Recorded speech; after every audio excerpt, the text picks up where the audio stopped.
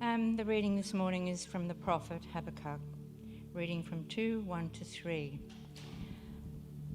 I will stand at my watch and station myself at the ramparts. I will look to see and what he says to me, and what answer I am to give to this complaint. Then the Lord replied, write down the revelation and make it plain on tablets, so that a herald may run with it. For the revelation awaits appointed time, and it speaks of the end, and it will not prove false. These are the words of our Lord.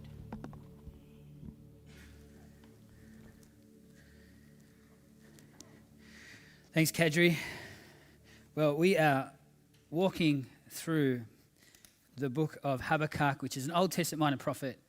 And basically, as I've been reading and meditating, like a few of you have been, I'm just so struck by how the prophet Habakkuk, it's a really short book, it's literally 3 pages in the scriptures, is such a profound text to us today. I would call it a kind of a guide, a prayer guide for a broken world. And last week, we were introing into Habakkuk and looking at and unpacking this book and what did it have to say for us. And we see Habakkuk wrestling, complaining, almost swearing at God because the situation that he sees in front of him, the injustice that he sees right before his very eyes, doesn't match his belief and faith and who God is. And we saw last week that that is absolutely a legitimate posture before God. And as people who are living, walking, trying to follow Jesus, or maybe if you're not at that space yet, that's fine. But you can see that there are things in the world that are not right, that are broken, that death is still amongst us, wars still happen, the environment is in decay. Those things are not right. We should be wrestling with God, saying, God, what is happening? And that's the entry point, and that's the entry point for Habakkuk. And so that was last week, but I'm not going to preach that sermon again. We're going to preach and focus on Habakkuk and waiting. And so I want to open up with a discussion question, and if you're an introvert, I apologize. You can just think about it in your head. If you're an extrovert, you've been waiting for this moment all morning. I want you to chat with the person next to you if you're up for it. What is the last thing that you waited for that you can remember, and was it actually worth the wait? What was the last thing that you waited for, and was it actually worth the wait? Go. Alrighty. Is anyone game enough to shout out and share?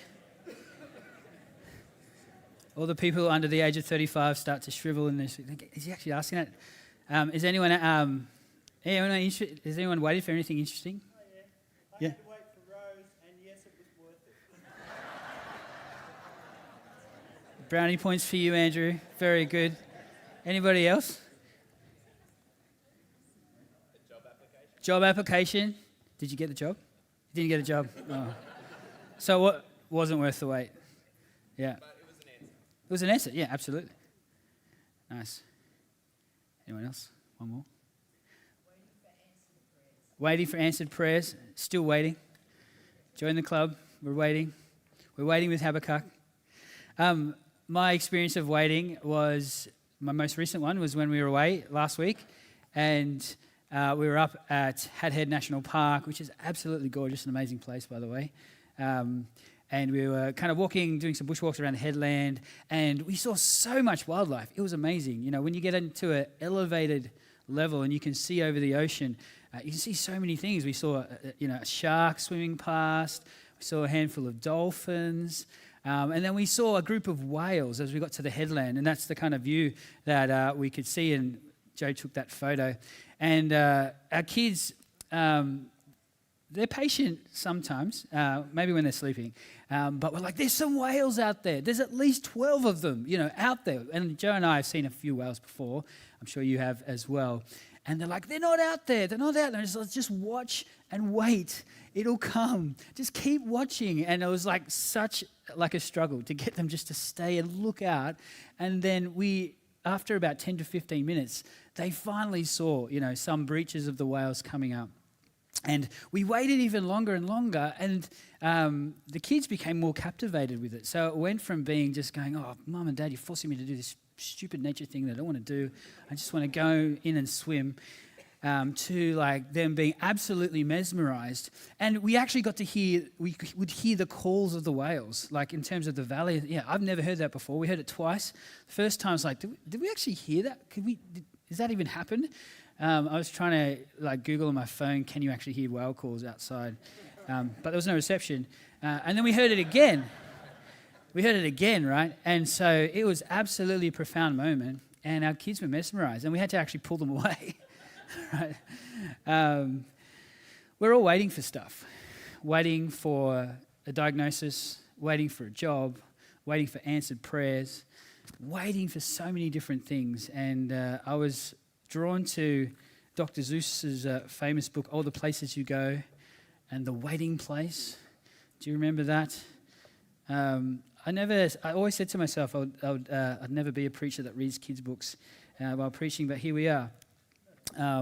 He has this beautiful kind of moment where this kid is jumping from place to place in adventure and optimism, but then he's stuck in the waiting place. And it says this: I fear you're headed towards a most useless place, the waiting place, for people just waiting for a train to go or a bus to come, or a plane to go, or the mail to come, or the rain to go, or the phone to ring, or the snow to snow, or waiting around for a yes or a no, or waiting for the hair to grow. Everyone is just waiting.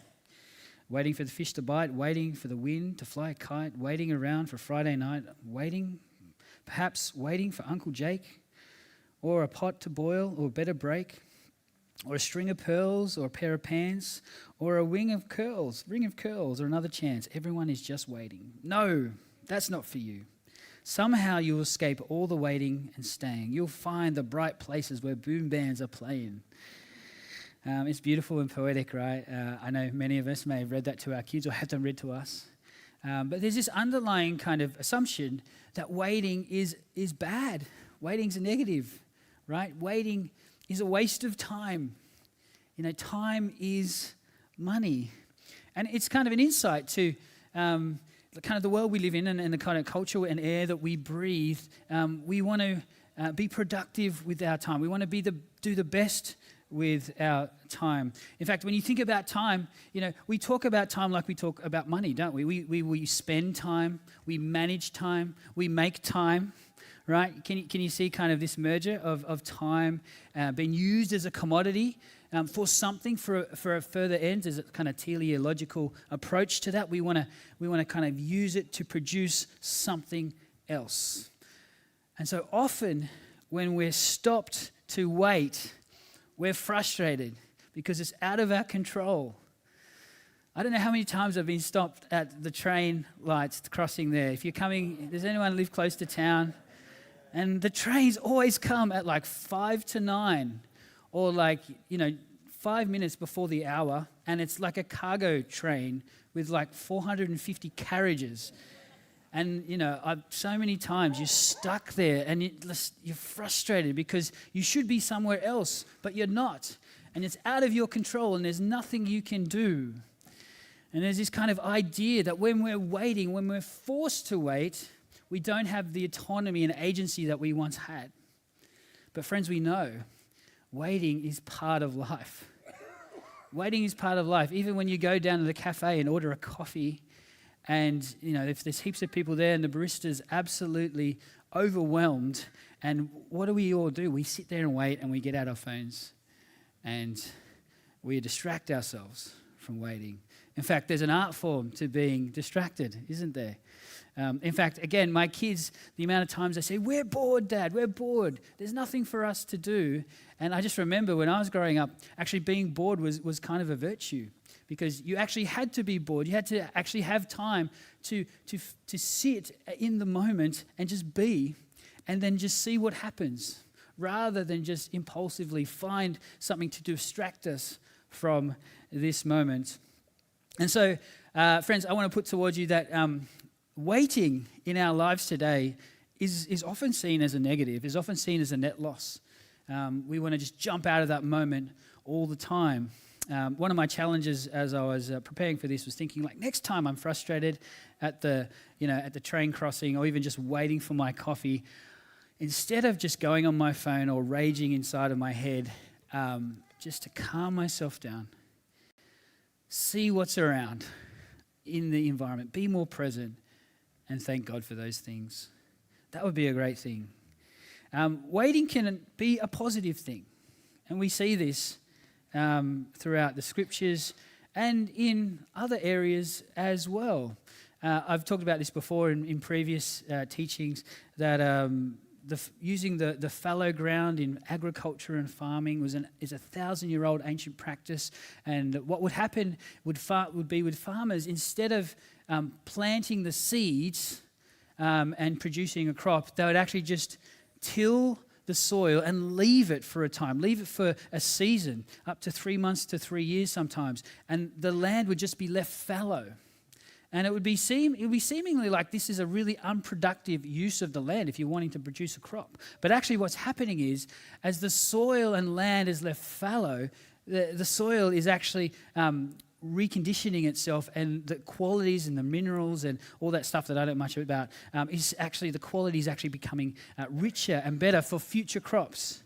And so a lot of regenerative farming practices today actually are starting to reintroduce this ancient practice of leaving the land fallow, because long-term sustainability actually shows that you'll get far more use out of the soil and the nutrients and everything that's in there, rather than just going in the cycle of continuing trying to produce that crop. Now, I'm not an agriculturalist or a farmer at all, so I'm kind of straying out of my lanes, but you can see this kind of principle, right? Sometimes when you're waiting and when things are left fallow, it feels like nothing's happening, but actually there's a lot happening that you actually don't even know about.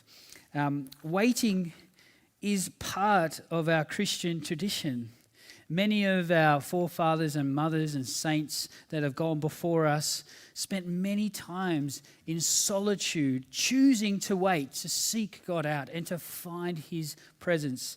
The great desert fathers in the 3rd and 4th centuries and 5th centuries retreated from the busy cities that adopted Christianity at a state level, but weren't kind of really authentic in their practice, and so they decided to go out to the desert and wait on God to be more authentic.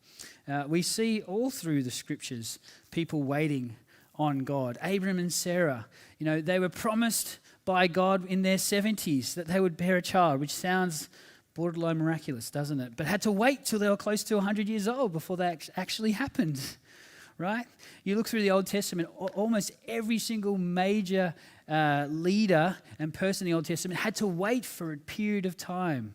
You think of Moses, you think of others. The prophets would often talk about waiting.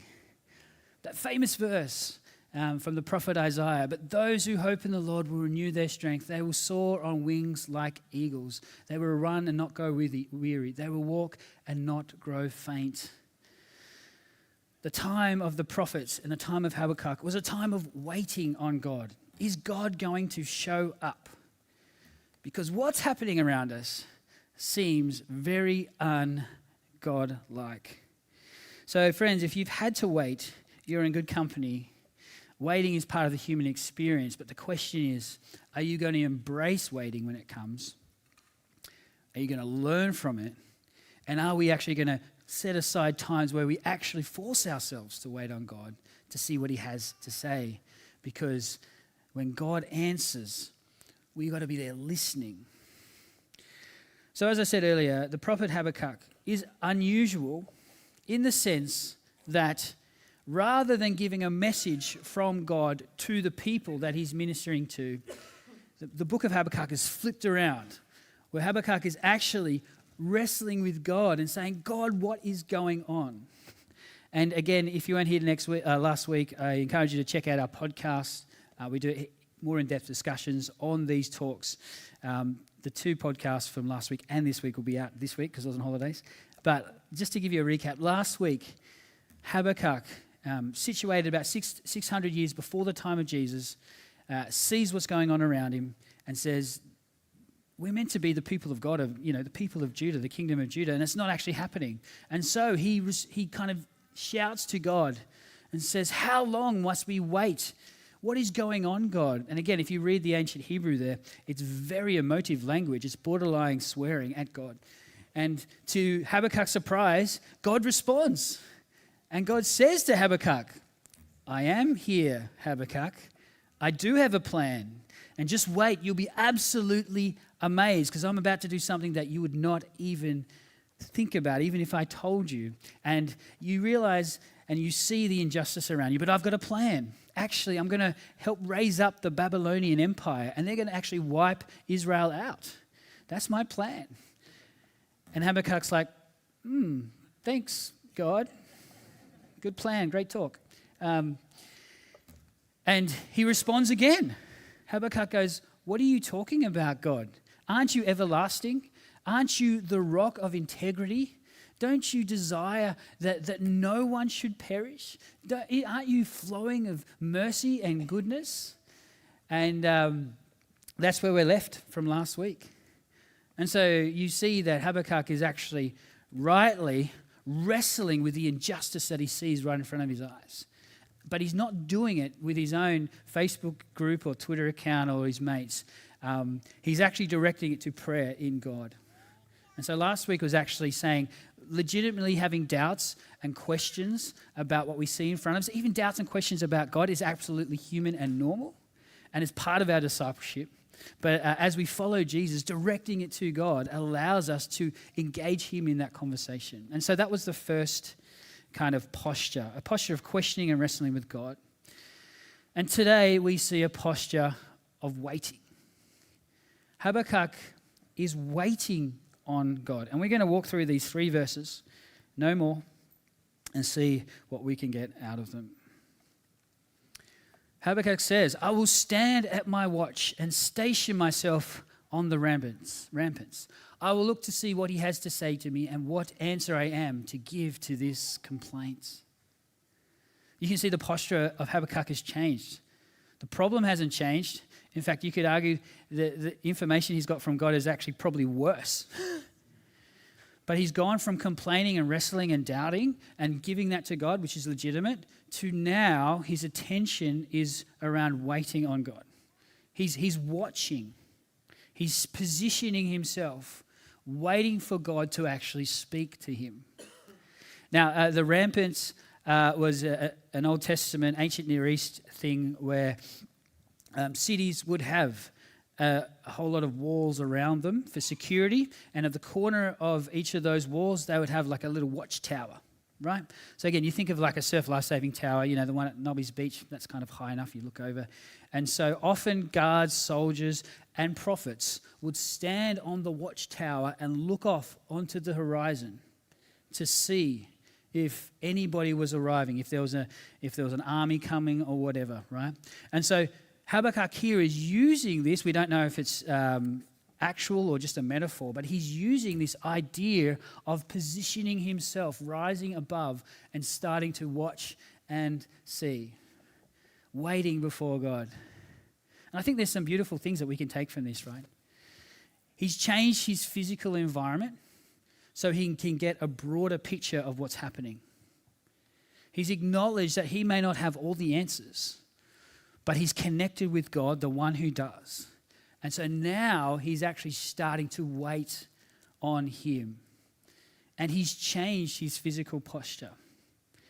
If you think about it though, when you elevate yourself up and you can see further, your perspective changes a bit, doesn't it? It's easier to see the forest amongst the trees. I think there's a spiritual metaphor here for us in prayer, right? When we seek God, when we kind of even just change our physical environment, God hasn't moved far, the truths of him hasn't changed, but our perspective and our outlook can actually change too. That's why sometimes the practices of solitude and going out in nature and changing your surroundings and doing that in a prayerful way can be so fulfilling, right? We have a family retreat that we do once a year where we go up to this farming place that I talk about all the time up near Gunnedah. And it's just amazing. As soon as you cross the Great Dividing Range, you go through Muswellbrook and you travel over there, the landscape just opens up, right? And everything's flat. And it feels like you can just see for miles and miles. And being a city boy, you're not used to that, right? You're used to kind of mountains and buildings and things like that. And my outlook, I find, when we just go over that great dividing range, just changes, right?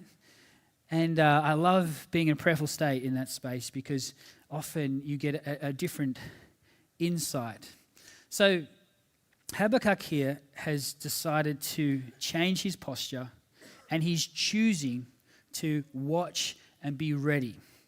He's forced into a position of waiting. He can't control the scenario, but he's also choosing to posture himself to listen to what God might have to say. Verse 2, then the Lord replies, write down the revelation and make it plain on tablets so that a herald may run with it. Write down the revelation and make it plain on the tablet so that a herald may run with it. God responds, and he's now actually instructing Habakkuk to do something. You see that? Habakkuk has started in prayer, wanting to have action happening, and he's gone back and forth with God, and now God is actually preparing him for what he's calling Habakkuk to do, to be the prophet to the kingdom of Judah, to do his actually prophetic work, right? And so God is actually starting to mold him for the ministry that he has. A herald, again, is an Old Testament kind of cultural thing. Think of, again, do you remember newspapers? Do people remember newspapers? There were these amazing things like maybe 15 years ago, papers about this big, and they print on them in black and white. It's kind of just like looking at your news feed, but on paper. Even so, 20 to 30 years before that, you'd go to the newsagent to get the paper, right? And you'd have someone like, think of a paper boy, extra, read all about it. I'm showing my age. But there used to be people who would run around the town square and like hand out the latest news and stuff, right? Anyways, that's what the herald is here. And that's what the job of a prophet was, to be the voice of God, to actually share that with people. And so we have this beautiful picture here of Habakkuk being molded and prepped. And again, I think of my life and story and some of the people that some of you guys have been sitting around and wrestling with, the question is, God, what do you have for me to do? Like, what am I meant to do with my work? What am I meant to do? Am I called to ministry? Is I meant to go overseas and do something? How am I meant to parent? How do I exist in this world? These are all really good and legitimate questions. And we see here Habakkuk actually wrestling with God, with what he's meant to do, and then God actually answering. But prayer preceded the action, right? Often we jump into problem-solving mode and we act, and then we kind of reflect and pick up all the dead bodies later. That's how I normally act. I'm normally talking and acting before I'm reflecting and praying. But here we see that reversed. One of the great, modern monks of our time, Shane Claiborne, he's got this great quote. He's, action that matters to God's kingdom is always rooted in prayer and waiting on God. If we want to join God in changing the world, the place to begin is on our knees before the cross. It feels so counterproductive, doesn't it? The way to actually act and to engage into the world is actually to start on your knees before the cross. To actually realize that you are a broken, fallen, limited human being needing the grace and forgiveness of a transcendent God through Jesus Christ, right? We can say that. We can tick off the box that we believe that. But actually, if we're actually practicing that, that's a whole different story, isn't it? I'm reminded of one of my favorite saints, St. Francis of Assisi. Does anyone know him? He was the patron saint of animals and the poor and a few other things. Anyways, he was a Middle Ages guy, really rich, born into a really wealthy family, and he got taken captive. I can't remember who by, but got taken captive, got really sick, and had this kind of, his world was absolutely turned upside down. And in that turning of upside down, he found God. And he started to have these encounters with God. He started and had this deep prayer life, and there's this famous kind of scene that he writes about where he would pray in this old rundown church in San Damiano in Italy. And he'd always go there and it was always broken down. And he claims to hear this audible voice of God where God says, rebuild my church because it's in ruins. And that moment was preceded by 3 hours of waiting in prayer. And he had this kind of cross crucifix that he'd kind of focus his eyes on. And that was the moment that helped start a monastic revolution. It's why we have Franciscan monks today, and it started a spiritual revival in Europe, right? But it came through prayer and waiting on God. Not just waiting arbitrarily, not just being annoyed because you're sitting at, the station and waiting for a train to come, but actually intentionally waiting and being open to what God may have to say. And we see this happening to Habakkuk. The third verse, God continues. For the revelation awaits an appointed time. It speaks of the end and will not prove false. Though it linger, wait for it. It will certainly come and will not delay. Isn't that beautifully poetic? I'm going to read that again. That's worth memorizing, that verse. For the revelation awaits its appointed time. It speaks of the end and will not prove false. Though it linger, wait for it. It will certainly come and will not delay. We have this picture, right, of God's perspective of time and Habakkuk's perspective on time. From Habakkuk's perspective, he thinks God is running late. Things should have happened yesterday. What is going on, God? Are you even real? Are you even there? And as Habakkuk has started to wrestle in prayer with God, with his maker and creator, he's starting to see that God's perspective on time is at a much higher pay grade than his. God is transcendent, omnipresent, all-knowing, all-powerful, and exists outside of time. It's like, to God, time is totally different and small and long at the same time. Where for us, we're existing in time. We got this linear kind of thing happening. But again, God being a transcendent creator and sustainer of all things is actually outside of that. And we have this beautiful picture where God is kind of reminding Habakkuk of this truth of who he is. Now, I could tell you that truth, right? And you'd be like, yep, that sounds good. But to actually experience that with the living God is another thing, isn't it? It's one thing, again, as I said, to have these kind of Christian doctrines that we kind of say. It's another thing actually to encounter the God that we talk about, have a relationship with him, have him hear him actually answer and connect with us through prayer and connect that to these truths.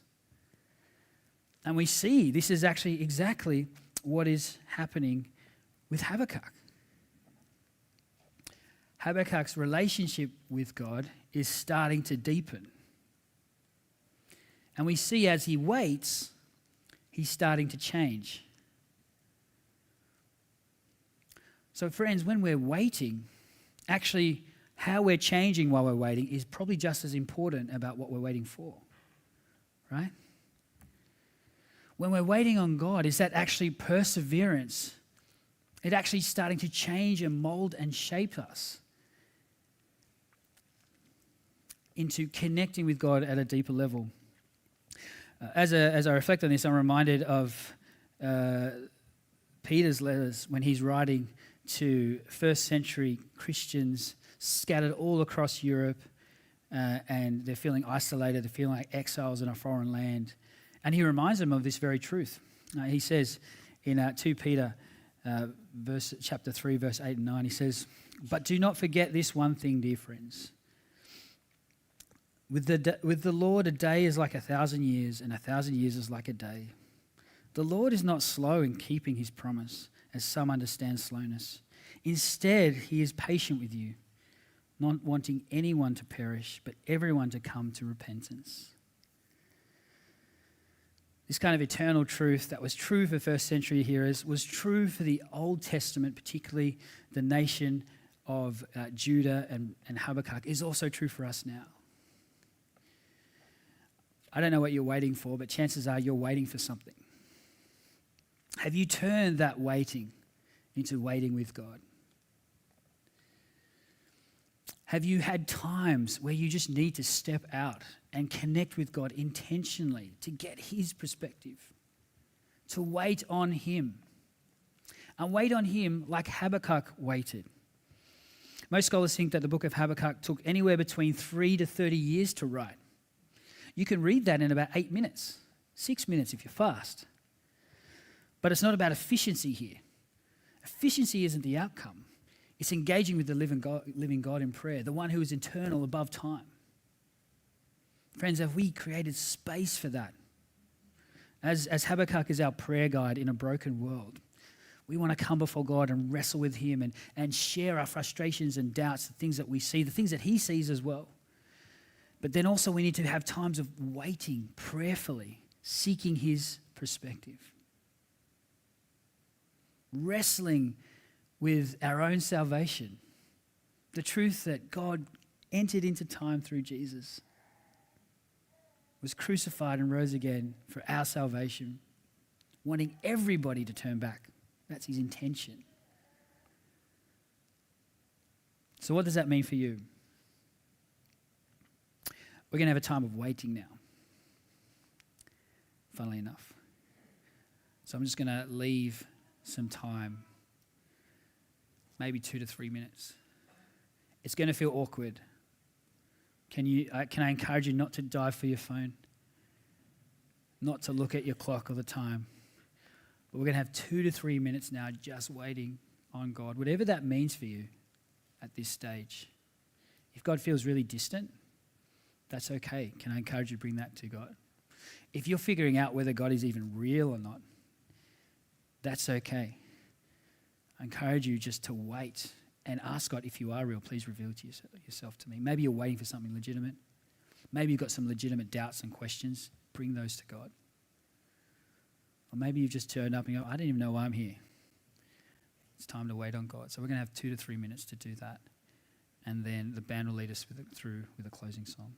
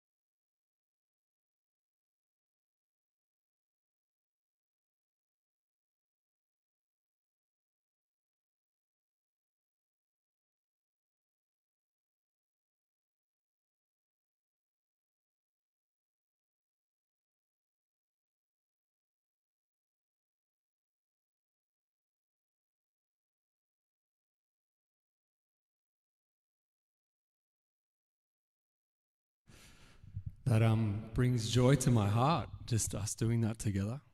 I'm certainly becoming more contemplative as I get older, and I think it's the noisiness of the kids in my home that draw me to wanting to be quiet and still. So, good songs connect with our human experience, I think. That's why they mean something to us. I wonder if good Christian songs or Jesus songs help us to connect to the biblical story. And that's what this song does really well. So in the first verse, I want you to imagine what you know of the Exodus. And a lot of people, millions of people wandering the desert, trying to find a home. And their greatest need in that moment was food for every day. That's the first verse. The second verse is from Psalm 73. Luke tells me. And seeing what other people have and wanting that. A desire for more.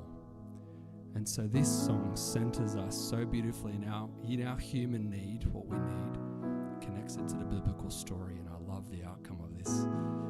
God is our daily bread.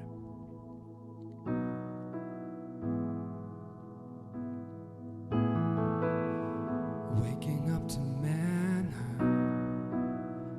coming to my senses, you meet me in my grumbling, you give me my portion. The flesh and heart may fail me, your strength is there to hold me, keeping my heart steady, and you are my portion.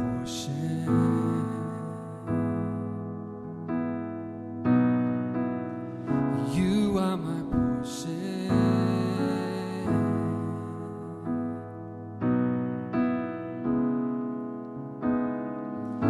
You are my daily bread. You are my daily bread. And we will seek your face before we seek your hand. You are our daily bread. You are our daily bread. And we desire you before the promised land.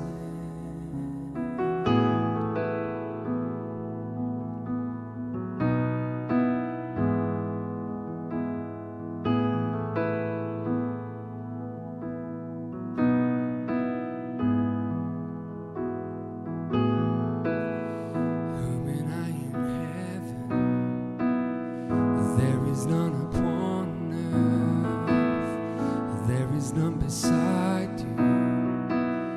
You give me my portion, my envy of the boastful.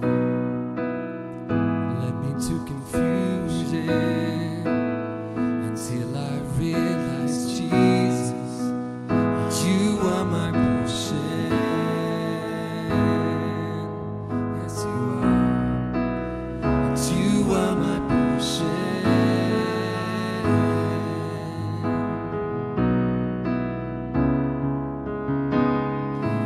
You are my daily bread. You are my daily bread. And we will seek your face before we seek your hand. You are our daily bread. You are our daily bread. And we desire you before the promised land. It is good for me to draw near my God. It is good for me to trust in my God. It is good for me to draw near my God. It is good for me to trust in my God. It is good for me to declare all his works. It is good for me. You are good for me. It is good for me to draw near my God. It is good for me to trust in my God. It is good for me to declare all his works. It is good for me. You are good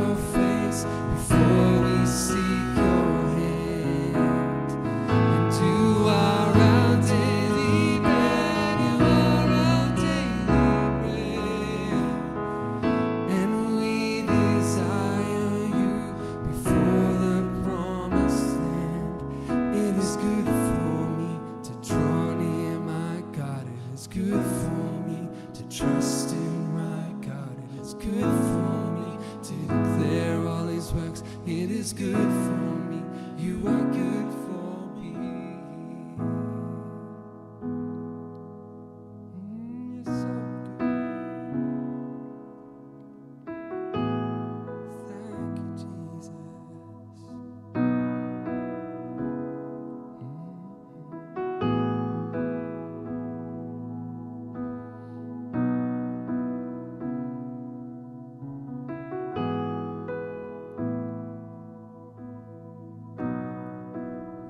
Thanks, Ava. It's an encouragement to you today. Thanks, Ben. Thank you. Thank you, Chris and Luke. That was rather moving and reflective.